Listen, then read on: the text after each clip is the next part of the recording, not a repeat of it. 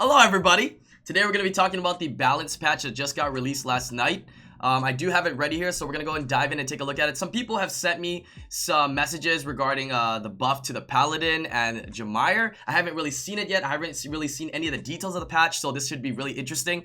And I'm excited to share my reactions and my thoughts to you guys through this. Yes, you guys, we're live on stream, so definitely you can say hello to YouTube, guys. Alright, let's go ahead and open this up here. And oh my, I'm sorry. Sorry about this. I forgot to, yeah, sorry about the high, let me go ahead and, what is that doing there? A high quality new, okay, let me go ahead and close that. I do apologize. This is what we're going to be talking about, yeah? This is what we're going to talk about. This is actually the, pre-notice balancing patch improvements, right? So, as you know, this is, pre-balance, so of course, any of these things can change. But, most of the time, it usually goes through. So we're going to be taking a look at all these. Let's see if we can get it. I think we can see it right here. Yeah, we can see it. I think it looks good. Yeah, it does look good. Yeah. All right. Let's go and take a look. Okay, of course, I heard about Gani. Let's take a look here.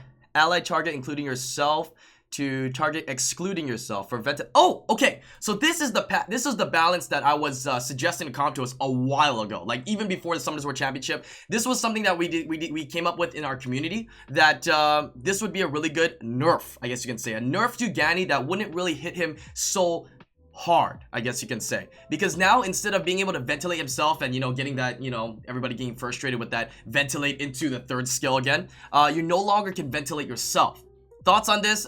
It's a good nerf. I think it's a well-deserved nerf, and it still keeps Gani very strong, just for the fact that ventilate can still be used on other targets. And just with that in itself, the combination of other units like Mulong and sometimes people who have Yun Hong and like Vanessa, things like that, can still be very strong with Gani with that combination. But I think this nerf heavily hits Oberon. I know for the 11 people out there that have Oberon, this is gonna hurt you negatively because, yeah, Oberon was already a decent unit. Being able to ventilate yourself to ignore defense again was really nice, but yeah, now you're no longer able to do that. Yeah, you want to zoom in a little bit? Okay, let's see if we can get it zoomed in a little bit.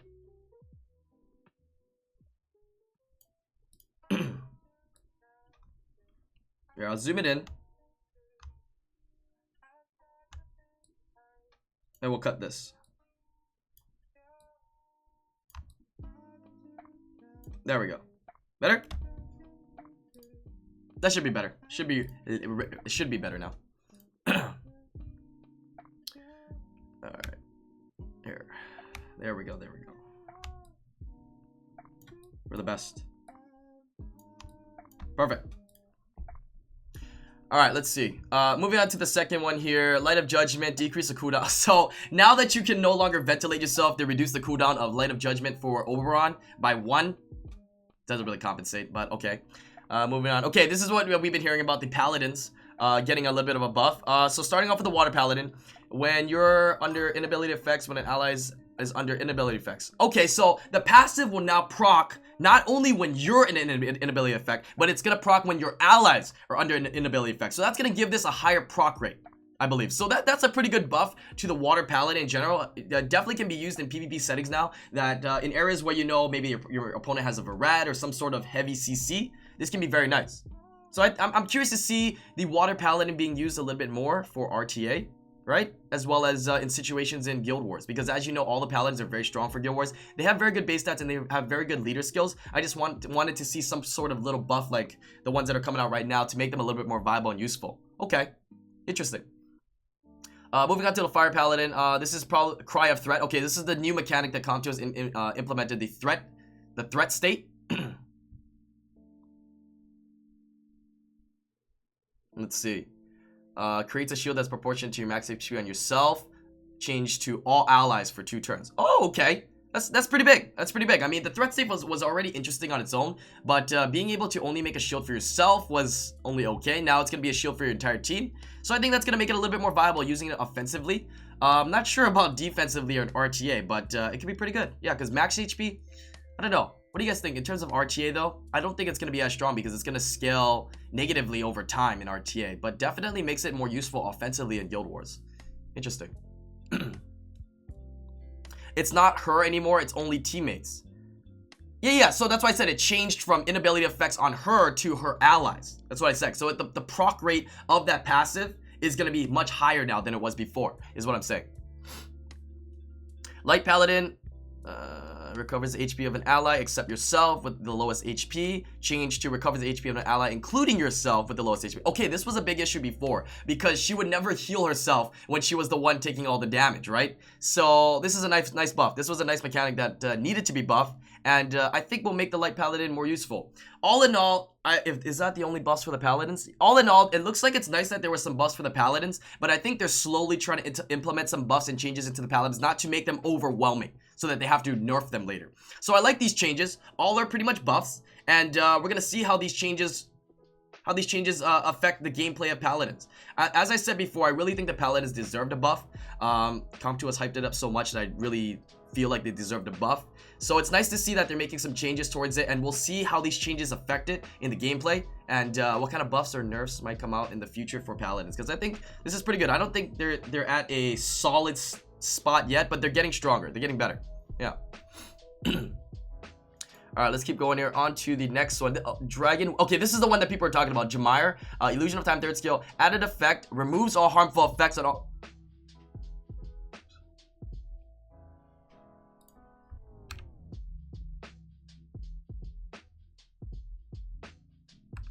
Am I reading that correctly?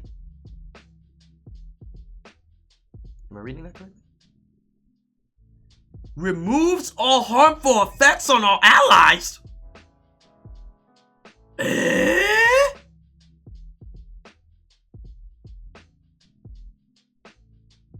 What? That's gotta be a mistake. Jamire cleanses? Damn! Because it's an added effect. Nothing has been changed. Jamire has been in the game for a long time, and I don't think he's got any changes.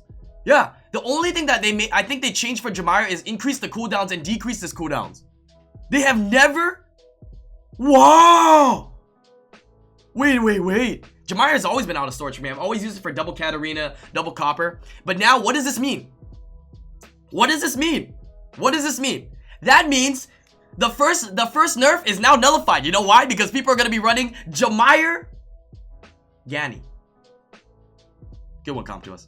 Jamire Ganny. I still lack Ganny. Wow. Because now you get to refresh your entire team and cleanse your entire team. That is so sick. If you speed tune that correctly, you really don't care. Wow. That's actually huge. What else does it mean? This means that Jamire is going to be more of a pain in the ass in TOA hard. What else does this mean? Jamire can be more viable now in raids. It's a viable cleanser for raids now. Wow.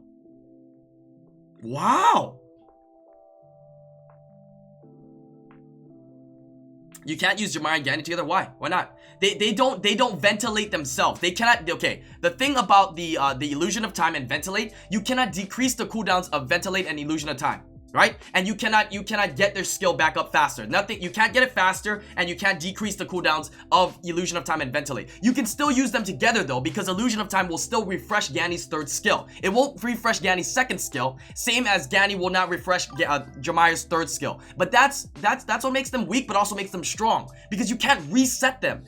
He will have this cleanse. You cannot reset illusion of time, right? As well as you cannot buff the time for you to have it up again. You can't refresh it again. It's a pro and a con. That's actually really sick though. That's actually really sick. Wow. Jamire's good, because if you guys don't know, Jamire's 2nd skill still hurts. If you build him on crit rate, crit damage, or he scales up enemies max HP, that 2nd skill, and it hurts. It actually hurts. As well as, if you guys don't know, skill 1 for all the dragons have a pretty good multiplier, but it's scaled on attack, unfortunately. But wow, that is a really big buff. So far, everything I've read, that's the biggest buff out of all of them. Wow, I hope they don't change it. Wow, that's huge. That's freaking huge. All right, let's keep going here. Holy crap. I'm liking this balance patch already. Sylphid, Water, Lumi, decreased cooldown time. Okay, they've been trying to make that Healing Breeze, like, they're trying to make Lumi more viable. Okay, Healing Breeze, lower cooldown now, all right. Healing Breeze, Awaken, Wait, decrease. Oh, okay, they just wrote it for both Awakened and Unawakened. Okay, so the decreasing the Healing Breeze. Healing Breeze also, I believe, on the last couple patches now cleanses the unit completely, as well as heals it for 100%, and now you can have it more often. So they're trying to make Lumi a more viable water healer, I guess. So, okay, interesting. Okay, Acasis. Okay, this is a unit that has been in storage for a long time, ever since maybe like the beginning of the game when people used to use it for GB10. Force Field now increases amount of damage that the shield absorbs by 33%. The shield amount is proportionate to the caster's... Wait. Increases the amount of damage that the shield absorbs by 33%. Okay, so more shield. Awakened shield amount proportionate to caster's max HP. Ah, okay, so when you awaken it now, instead of it's by caster's level, it's going to be caster's max HP. More shield. That's what it means. More shield. Okay. Interesting. Can be viable in certain areas if you don't have a lot of Nat 4s or Nat 5s. But overall, she's still a little bit lackluster in my opinion. Cobalt Bombers, Fire and Dark, Multi-Firecracker, Effect Modification, Block Beneficial Effects change to the skill cooldown time of Multi-Firecracker will decrease by 1 turn each whenever the enemies are afflicted with continuous damage. Okay, so you can use the skill more often. The Dark One and the Fire One were already a contender. The only place I saw them being used was Necro. So now this means that you potentially can use them more often in Necro. I know it doesn't really... It's not a huge change to me, in my opinion. From what I'm thinking of right now.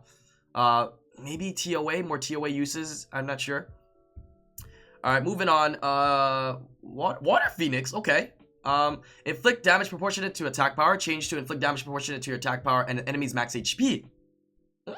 Okay, more damage. Okay, so now what does this mean? This means that your Water Phoenix, your Sigmaris, is more viable to be fused. Definitely can be used more in PvP areas as a nuker, water nuker, as well as it's going to be more beneficial to use in maybe GB10, but definitely in DB10 if you're just starting off the game. So I like that. Any buff or change to the game that affects early game players, mid game players, really is a plus. Is a plus for me. Light One, same thing. Okay, Light One gets a buff for that too. For the... Oh, actually, there's more. For the 21 people out there with the Eludia, you're gonna get a buff to your second skill. Water Phoenix again. Ice Volcano added effect. Freeze for 1 turn. We get crit hit. Oh, I like that change. Like I said before, any change that helps out the mid early game player is really nice. And what I see for this is it's gonna make Sigmaris more of a unit, not just for DB10, not just for GB10, but now a unit that you can rely on potentially for PvP, right? You might want to bring it into PvP settings in Guild Wars, maybe even Arena, maybe even RTA, depending on what stage of game are you. So that's very nice. And last but not least, of course, TOA and TOA Hard. It's gonna be that monster that's gonna be like a mini Varad, I guess. But you need a crit, so you gotta keep that in mind. You're gonna have to have some high crit rate for that. But okay, I like that. I like that buff. That's a good one, Com2uS. Moving forward, Phantom Thief, Julian, stun rate from 10% to 30%. Nice. That's a nice change. Now I like how they're making certain 4-stars more viable. Now, Phantom Thief, you can use it in PvP, right? It's gonna be a little bit more reliable. 30% technically means it's gonna be 3 times the amount of chance that you're gonna stun something. So that's gonna be really nice. You can also use it for TOA, like I said, TOA hard. So that's good. It's a good change, a lot of people who don't have a lot of different Nat 4s and you have the Win Phantom Thief, you can potentially use it now, right? It's always been known to be an okay nuker. It's just that stun rate on its 3rd skill Showtime was just really crap. 30% makes it a lot more feasible that you're gonna stun something, right? Fire Puree, effect modification, 100% crit rate chance when used with full HP. Okay. Changed to elongates the harmful effects granted on an enemy by 1 turn with a 50% chance when used with full HP. Wow. Elongates the harmful effect granted on an enemy with a 50% chance when used with full HP. That's not bad. It's interesting. It's interesting. I've already been in my mind already thinking about TOA hard, so this could be really good in terms of, I think it's an AoE, Wheel of Fire. It's freaking AoE. But I don't know how many times it hits. But if you have a multiple hits on it, that means you're gonna probably elongate the turns of, like, let's say dots and things like that, which can be very beneficial in TOA. I'm not sure if harmful effects also applies to like statuses like freeze and stun, because if it does, then that would be pretty sick, right? Yeah. And if it inversely affects like bombs, like Pang, I'm thinking of Pang, right? Pang, it makes those bombs and stuns, increases those by a turn and decreases them. So that's pretty interesting. Huh. All right. The only issue I have with this is, does it increase harmful effect or increase activation rate as you skill it up? So right now it's at 15% chance with full HP. Does it increase? Right? If not 50%, it's pretty crap.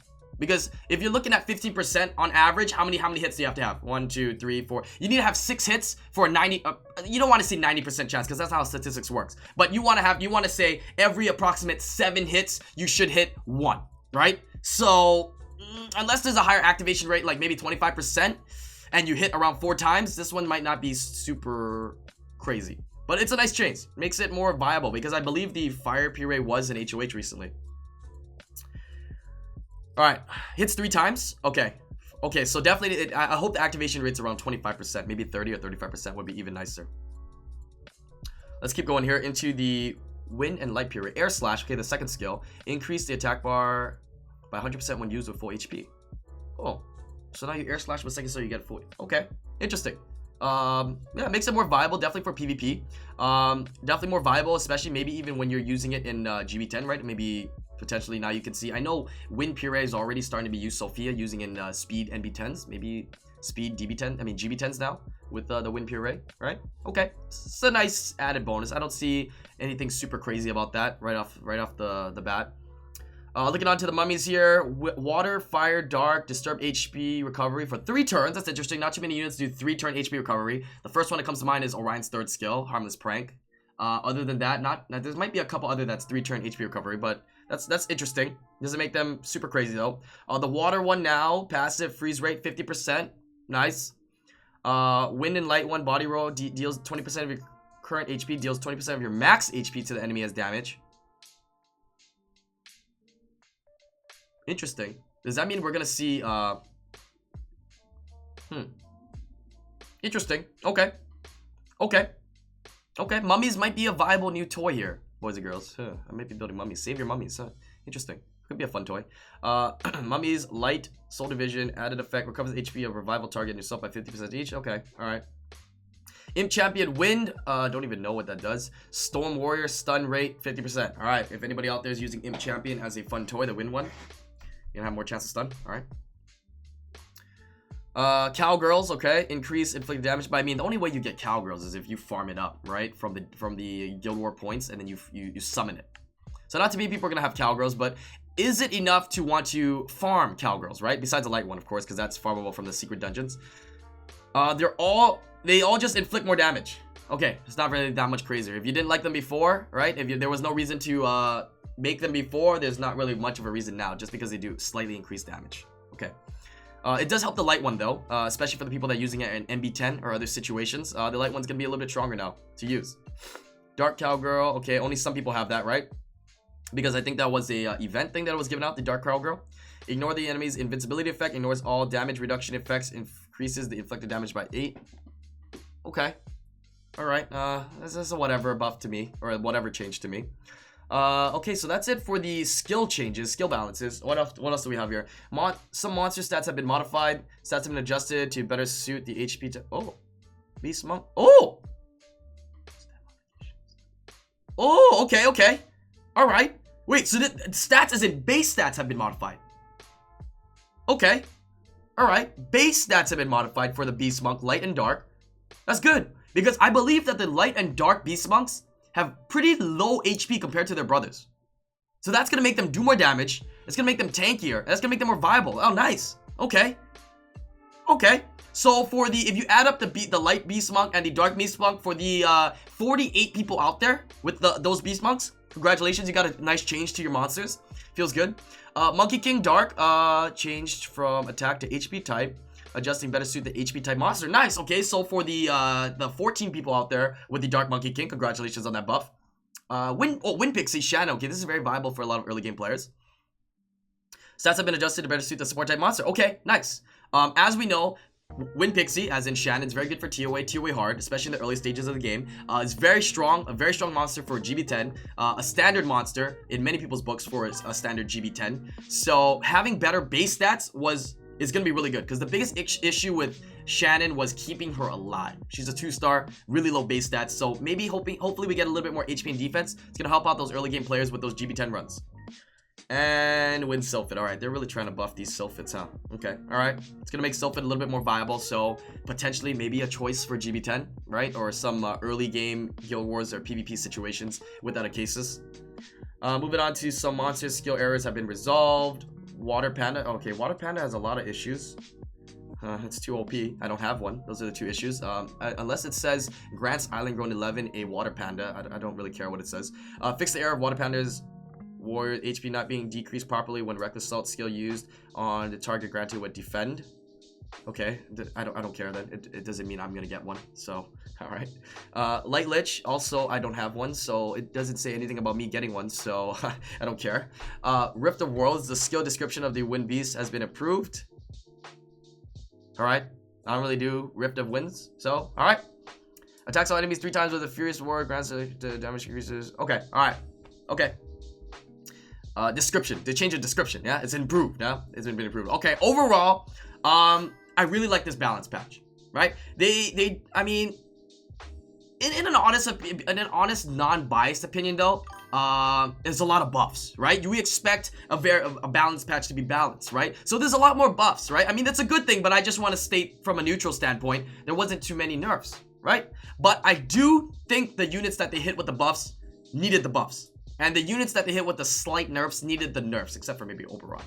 So overall, this balance patch, what to look out for this balance patch? Definitely Paladins, right? We want to see how the Paladins do with these slight changes, right? Not crazy changes, not crazy nerfs, but these slight changes to them. See how they do and see what Com2uS continues to do and changes for them in the next balance patch.